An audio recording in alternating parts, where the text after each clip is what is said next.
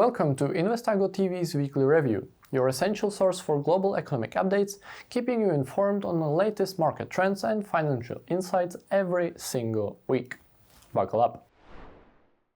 Auto dealership lots are gradually replenishing their stock levels, up 50% compared to last year, but still only half the stock levels seen 2 years ago. Increased auto loan interest rates and elevated vehicle prices have caused the average new car payment to skyrocket to around $754 per month. Certain brands like Big, Jaguar and Jeep have a significant supply, while others like Toyota and Honda face a shortage.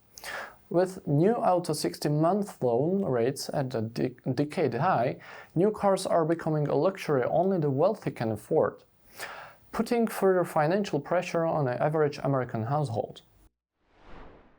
Despite some bets indicating a fall in inflation to the Federal Reserve 2% target, many Wall Street asset managers believe that inflation could remain between 3% to 5% for several years, even if the US faces a recession.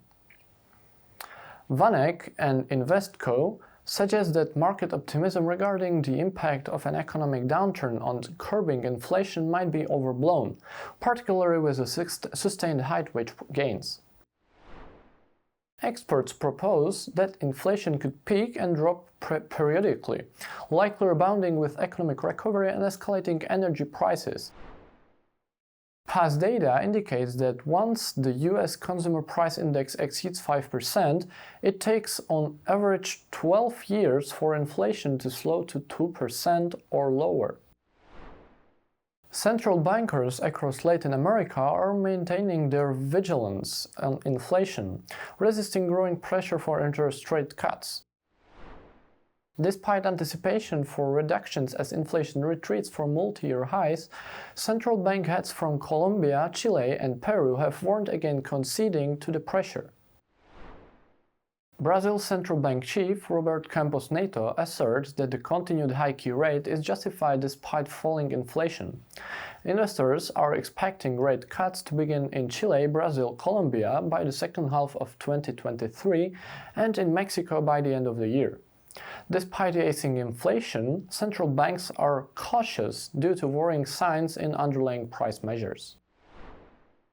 Economists anticipate the gross domestic product to rise by an annualized 0.5% in the second quarter, a slight increase from the previous month's expectations. However, this is significantly lower than the first quarter's rate. The probability of a recession within the next year remains at 65%. Experts also predict a sharper downturn in private investment during the second half of the year and anticipate the Federal Reserve to hold a benchmark lending rate until early 2024. Firms grappling with higher financial costs and restricted credit in 2023 could potentially lead to a mild recession. That's a wrap for today, and I'll catch you next week. Don't forget to follow us on our social media channels to stay updated. Wishing you continued success on your journey.